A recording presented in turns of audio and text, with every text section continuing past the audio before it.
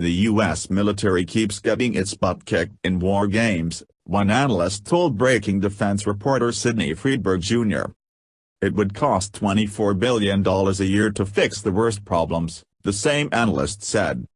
In our games, when we fight Russia and China, blue gets its ass handed to it, David Oakmanek, an analyst for the California think tank RAND, said as part of a March 7, 2019 panel discussion at the Washington, D.C.-based Center for a New American Security. It turns out U.S. superweapons have a little too much Achilles in their heels, Friedberg quipped. According to Oakmanek, American bases are vulnerable to attack by long-range missiles. So are large warships sailing the open seas. Things that rely on sophisticated base infrastructure like runways and fuel tanks are going to have a hard time, Oakmanek said. Things that sail on the surface of the sea are going to have a hard time. American forces' over-reliance on large, vulnerable installations and big ships renders moot the high-tech qualities of the stealth aircraft that fly from the bases and the ships, said Robert Work, a former deputy defense secretary who also sat on the PNAS panel. In every case I know of, the F-35 rules the sky when it is in the sky, but it gets killed on the ground in large numbers, Work said, according to Friedberg.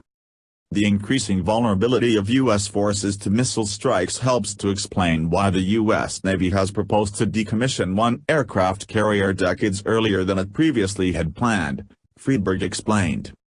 Of course, it's possible the Navy's proposal to mothball USS Harry S. Truman is a ploy to extract extra funding from Congress.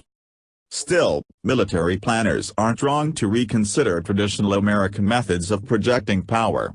Oakmanek estimated it would cost $24 billion a year for 5 years to transform the U.S. military for high-tech war with Russia and China. So what does that $24 billion buy? Friedberg asked. To start with, missiles. Lots and lots of missiles.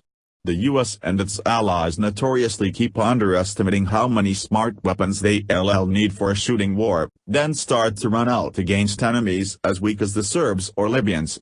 Against a Russia or China, which can match not only our technology but our mass, you run out of munitions fast. Specifically, you want lots of long-range offensive missiles.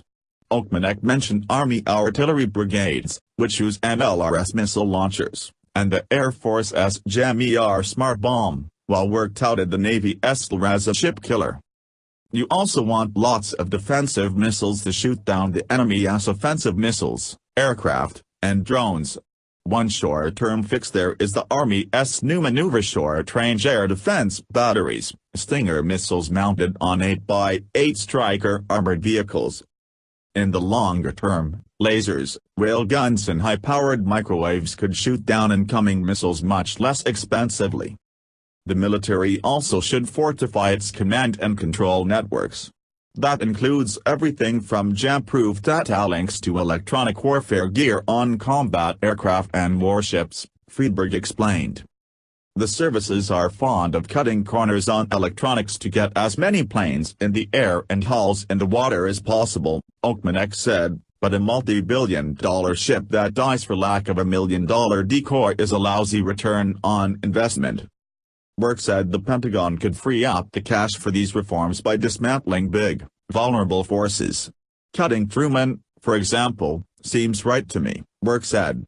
He also claimed the U.S. Army has more infantry and tank brigades than its missile defense forces can protect. If the Defense Department could free up $24 billion, it should give it to the military branch that has the best proposals for achieving certain results in wartime, Work said. Saying 350 Chinese Navy and Coast Guard vessels in the first 72 hours of a war, or destroy 2,400 Russian armored vehicles, are two possible goals, Friedberg reported.